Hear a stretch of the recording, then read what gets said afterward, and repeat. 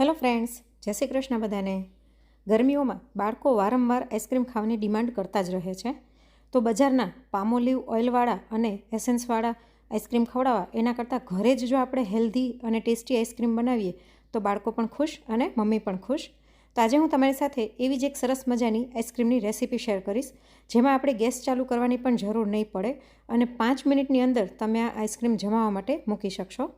તો આજની આ રેસીપી તો તમને પસંદ આવશે જ, તો વિડીયોને એક લાઇક કરી ચેનલને સબસ્ક્રાઈબ જરૂરથી કરી નાખજો. તો ચલો રેસીપીની શરૂઆત કરી દઈએ. તો સૌથી પહેલાં આપણે એક બાઉલની અંદર 1 વાટકી ભરીને મખાના લઈ લઈશું, જેને ફોક્સ નટ્સ પણ કહે છે, અને મખાના ખાવામાં કેટલા હેલ્ધી છે તે આપણે બધા જાણીએ છીએ. તેની સાથે અહીં મેં 1 વાટકી ભરી અને કાજુ અને બદામ લઈ લીધા છે.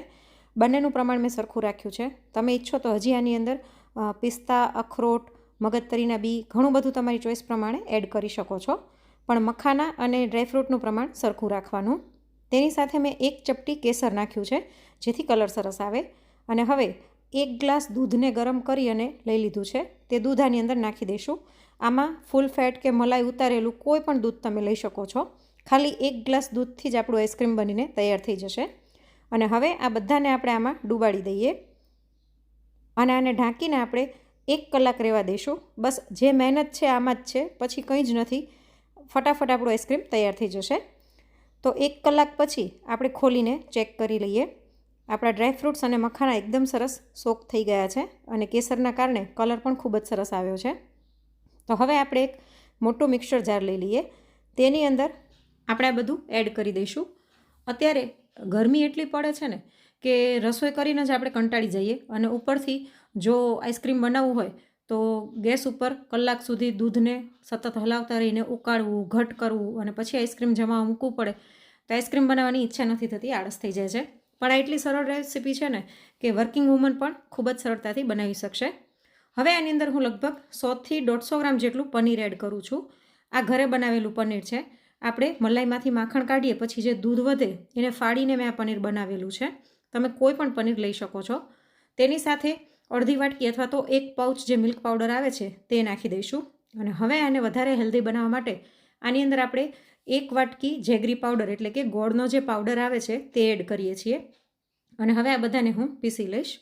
તમારી પાસે જેગરી પાવડર ન હોય તો તમે આની બદલે સાકર અથવા તો ખાંડ પણ એડ કરી શકો છો. ગોળના કારણે આનો કલર થોડોક ક્રીમિશ આવે છે. જ્યારે ખાંડ કે સાકર નાખશો તો કલર પીળા જેવો આવશે કેસરના કારણે. હવે ફ્લેવર માટે આની અંદર હું 4થી 5 ટીપા વેનીલા એસેન્સને એડ કરું છું. તમારી પાસે વેનીલા એસેન્સ ન હોય તો એની બદલે તમે એલચીનો પાવડર પણ એડ કરી શકો છો. અને આને બરાબર હલાવીને મિક્સ કરી લઈએ. તો જુઓ તમે, કોઈ પણ જાતની મહેનત વગર અને એકદમ સરસ ઘટ અને ક્રીમી ટેક્સચર આવ્યું છે. હું તમને નજીકથી આનું ટેક્સચર બતાવી દઉં. જો કેટલું સરસ ઘટ અને ક્રીમી છે. આમાં આપણે કોઈ પણ જાતની મહેનત નથી પડી. અને હવે આપણે આને જમાવા માટે મૂકી દઈશું. તો અહીં મેં નાના નાના જે મટકા કુલ્ફીના મોલ્ડ આવે છે એ લીધેલા છે.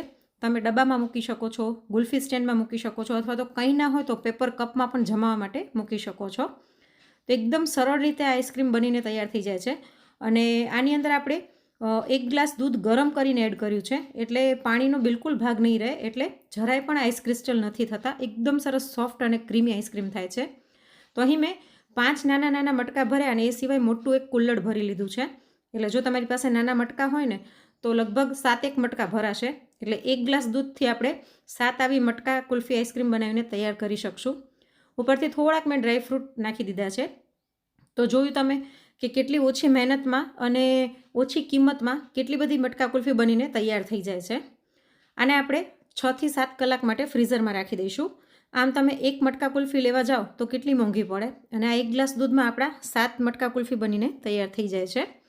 તો આને મેં 6થી 7 કલાક પછી ફ્રીઝરમાંથી કાઢી લીધું છે. મેં સવારે જમાવા મૂક્યું હતું અને રાત્રે મેં કાઢ્યું, અને જે મોટું ઓલું કુલ્લડ હતું એ તો ખવાઈ પણ ગયું. એટલે આ 5 મટકા બચ્યા છે, હું તમને બતાવું છું. આને આપણે 1 મિનિટ માટે બહાર રહેવા દઈશું, એટલે આઈસ્ક્રીમ થોડી સોફ્ટ થઈ જાય. અને હવે હું તમને બતાવું. જોવાનું ટેક્સચર જુઓ, એકદમ સરસ ક્રીમી અને સોફ્ટ છે, અને ખાવામાં એટલું જ સરસ ટેસ્ટી લાગે છે.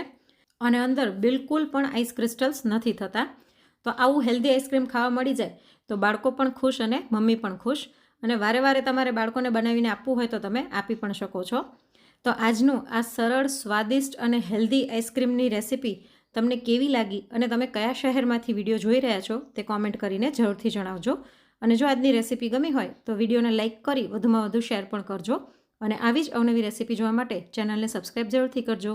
અને જો તમે ફેસબુક પર વિડીયો જોઈ રહ્યા હોય તો પેજને ફોલો કરવાનું ન ભૂલશો. Thanks for watching.